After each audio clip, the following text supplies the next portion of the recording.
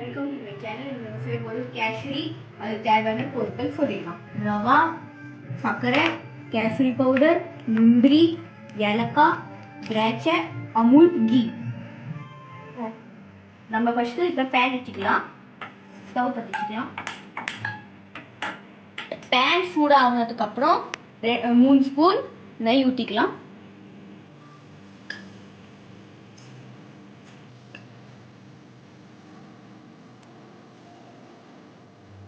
நெய் காயட்டும். நம்ம நெய் காயணுன்னே முந்திரியும் திராட்சை போட்டுக்கலாம்.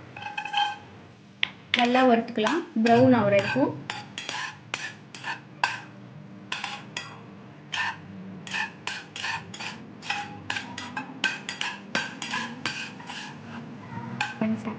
நல்லா ப்ரௌன் ஆயிடுச்சு. இப்போ ஒரு டப்பாவில் போட்டுடலாம்.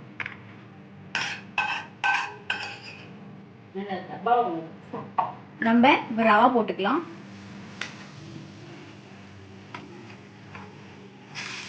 கலக்கலாம். இப்போ இதோ நல்லா ப்ரௌன் ஆகணும். நல்லா அப்படியே வறுத்துக்கலாம்.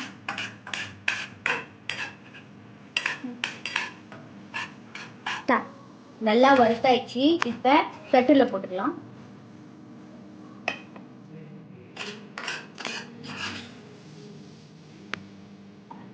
நம்ம பிளேட்டில் வச்ச ரவா எடுத்துட்டு இப்போ பேனில் தண்ணி ஊற்றிக்கலாம்.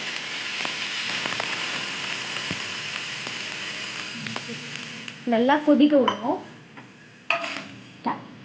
தண்ணி கொதிச்சதுக்கப்புறம் மேலே கொஞ்சம் சர்க்கரை போட்டுக்கலாம். சர்க்கரை போட்டதுக்கப்புறம் கலக்கல லைட்டாக. இதுவும் நல்லா சால்வ் ஆகணும். இப்போ கொஞ்சோண்டு கேசரி போட்டுக்கலாம். கொஞ்சோண்டு போட்டாலே நிறைய கலர் வரும். நல்லா கலக்கணும். இப்போ கரண்டியில் வறுத்த வச்ச ரவையை இப்போ போட்டுக்கலாம். பேனில் நல்லா கலக்கணும்.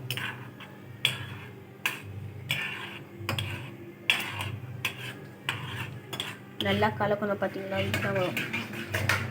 நல்லா ஆரஞ்சு கலரில் வந்துச்சு. பார்த்தீங்களா? 2 ஸ்பூன் இப்போ நெய் ஊற்றிக்கலாம்.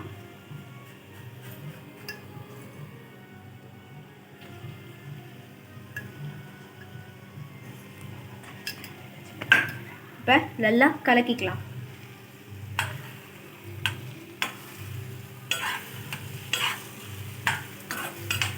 நல்லா கலக்கணும். இப்போ நம்ம வறுத்து வச்ச திராட்சையும் முந்திரியும் போட்டுக்கலாம். நல்லா கலக்கணும். நல்லா கலக்கணும். கேசரி கொதிச்சதுக்கப்புறம் ஸ்டவ் ஆஃப் பண்ணிவிட்டு மேலே ஏலக்காய் போட்டுக்கலாம். ஓகே காய்ஸ், இப்போ வந்து நம்மளோட கேசரி ரெடி ஆயிடுச்சு. இப்போ வந்து ஃப்ளேவருக்கு ஏலக்காய் தூவி விட்டுலாம். கேஸ் ஆஃப் பண்ணி பாருங்க காய்ஸ். இப்போ வந்து நம்ம கேசரியை ஒரு பவுலில் போட்டோம். பார்த்தீங்கன்னா எவ்வளோ அருமையாக இருக்குது. இப்போ டேஸ்ட் பண்ணி பார்க்கலாம். நம்ம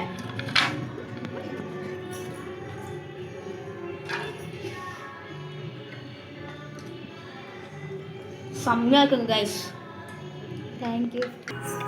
தேங்க்யூ ஃபார் வாட்சிங். லைக் பண்ணுங்கள், சப்ஸ்கிரைப் பண்ணுங்கள், ஷேர் பண்ணுங்கள்.